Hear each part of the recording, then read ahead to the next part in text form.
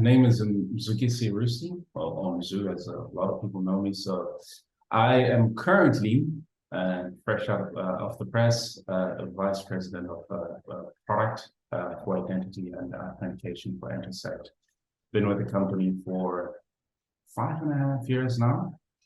Played various roles, particularly in the client engagement space, where positioning our products and helping clients solve complex issues, leveraging our product stack. So one of the reasons, of course, moving into product is to bring that client perspective so that we can enhance our product stack and continue to innovate and ensure that we help our clients out there in the field.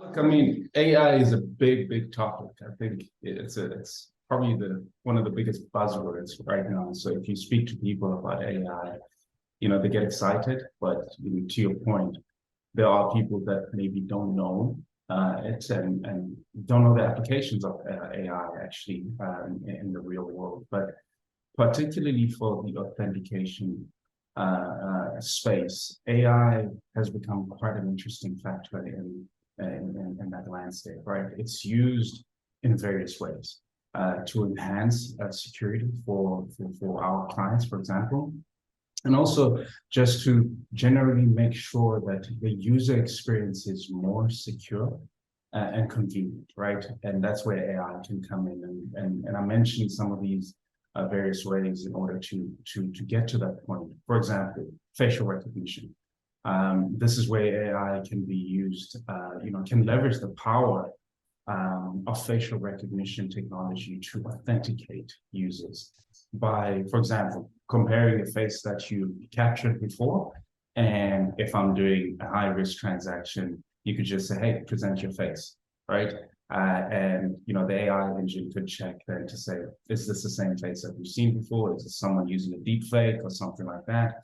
So that's one of the ways that AI is currently being leveraged. But also, we've seen quite an uptick in how voice recognition plays in that space, where from an AI perspective, again, assessing the voice print that's coming in, trying to, let's say, I'm in a call center and I say I want to do a transaction. There are AI systems that can check, whether that voice is similar or that pattern is similar to what has been stored against that user that claims to be who they say they are. However, there are some vulnerabilities, and AI being in its basic form, if it's used in its basic form, voice recognition, as a matter of fact, can be quite susceptible to fraud attack vectors, right? Where you can have, for example, voice cloning, right? Someone is trying to impersonate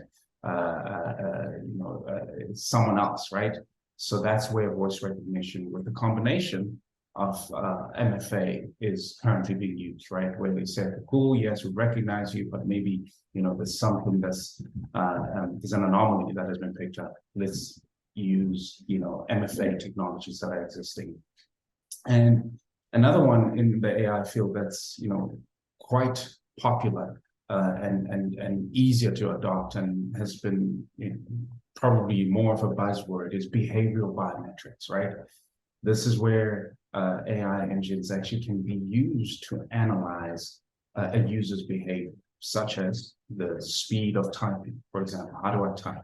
Do I type slower than, or do I type faster? For example, the mouse movement. How do I typically move my mouse when I'm interacting with my whatever device that I'm using at that point in time? And you create a profile of this user, and then again, a returning user then can be compared against that AI. And there's many ways in which AI can be used from an authentication perspective, but it's still evolving, and it can be quite effective in terms of fraud prevention in general.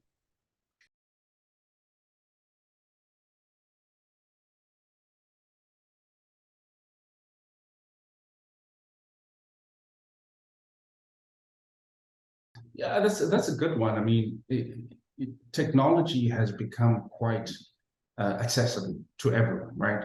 So as much as the fraud prevention guys, that are in this space, and we have access to these advanced technologies. Guess what? Right, the same technology that we have access to fight the bad actors, the same bad actors have exactly have access to the same capabilities, right?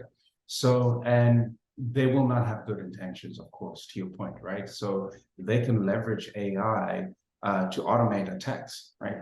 Right now, you'll find that maybe it can be too manual, but they can have automated systems that, for example, do credential stuffing, right? Trying to find the gold where you have a username and password that actually match, right? Because maybe Mzulu uses his passwords, username and password combination quite a lot across the digital landscape. So instead of using manual, ways, they can automate that, right? So that's one of the ways. There's also ways in which these fraudsters can leverage AI to evade traditional security systems. This is where they'll say, okay, cool, this is how the system is working. You know what? We are going to adapt our system in order to just evade these countermeasures that these guys are putting in to catch us out, right? A simple thing could be, you could have a bot detection that just wants to see, for example, how fast does the user type.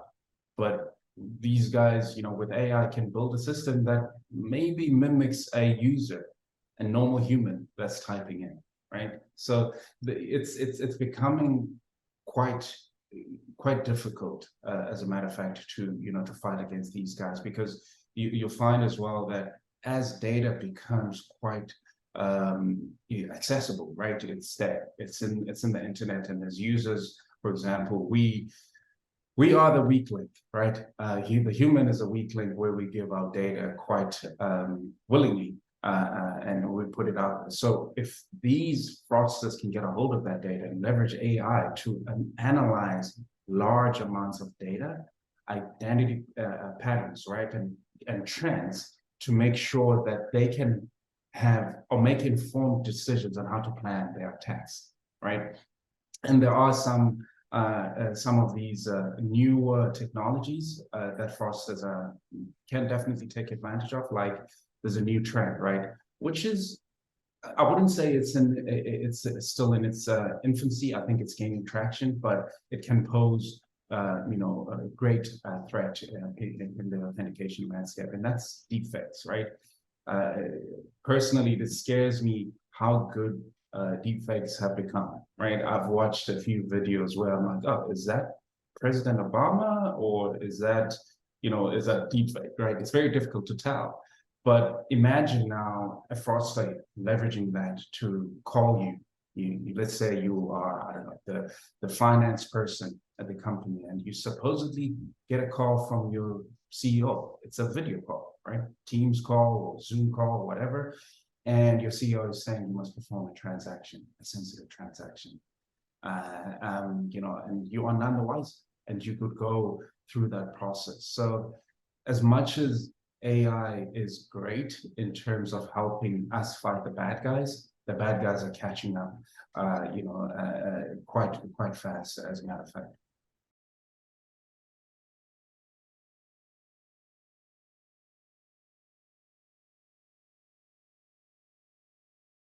Yeah, look, I mean, it requires the FI to take a holistic approach, right? Because you have your clients that are consuming your services, and these services can be consumed in various ways, right? You have clients that are coming in via many devices and many channels, and you give clients choice, right? You want them to be able to call in, let's say, hey, I want to do a transfer, I want to change this attribute, or they can do that via their mobile app, or they can go to online banking, right? So it requires the FI to actually look at that holistic approach, say, which of these devices that the customer is coming in from, and leveraging AI, as mentioned earlier, to say, especially when it comes to analyzing the large amounts of data, right? As much as the fraudsters are using that to attack, but the FI can leverage AI to identify anomalies, for example, that may indicate fraudulent activities, using risk analysis and assessment to analyze various attributes, like, for example, the devices that are coming in. What's the integrity? What's the reputation of that device? And even more so, like the typing speed that we talked about, right? The behavioral biometrics, mouse movement. And even from a geolocation perspective, does this user typically transact in this IP address and using this device? So, FIs can leverage that data to come up with a score to say, hey, I've generated a score. I'm not sure who this person is, right? The AI engine can assist with that. But then the important thing is to say, what appropriate action do you then take once you find that the AI engine has come up with this score that says it's high risk? For example, do you do an outright decline? So I'm not even going to bother the customer, because everything that we've analyzed from a data perspective and the device and the behavior and all this points that this is a bad actor, right? Don't even bother the user. Or do you say, well, you know what? I do have strong authentication mechanism. Let me bring in the MFA piece, right? Let me reach out to Matt and say, hey, Matt, is this you that's doing this transaction? And leveraging strong device and strong authentication to reach out to Matt so that he can confirm that's him, that's doing that transaction. So AI in general can be used to prevent fraud by blocking transactions or reaching out to the user and alerting customers through the various channels when the suspicious behavior that is picked up. There are opportunities for FIs to actually leverage AI to protect their customers in general. And that's why I mentioned earlier that it requires a holistic approach, right? And saying not one form of authentication across my customer base is going to be sufficient, even from a customer profile perspective, right? Just because I'm used to this authentication mechanism, maybe that authentication mechanism that I'm used to is not appropriate at that time, because I can be dealing with a high-risk transaction. I could be dealing with I could be coming in via a device that maybe that's not trusted. So, and also, understanding that customer choice is important. So you can't just take one approach to combat these fraudulent vectors, right? It's to say, how do I get my customers as well to feel comfortable that they are part of the solution in combating this fraud, but using it in a way that they are comfortable with and they are used to it.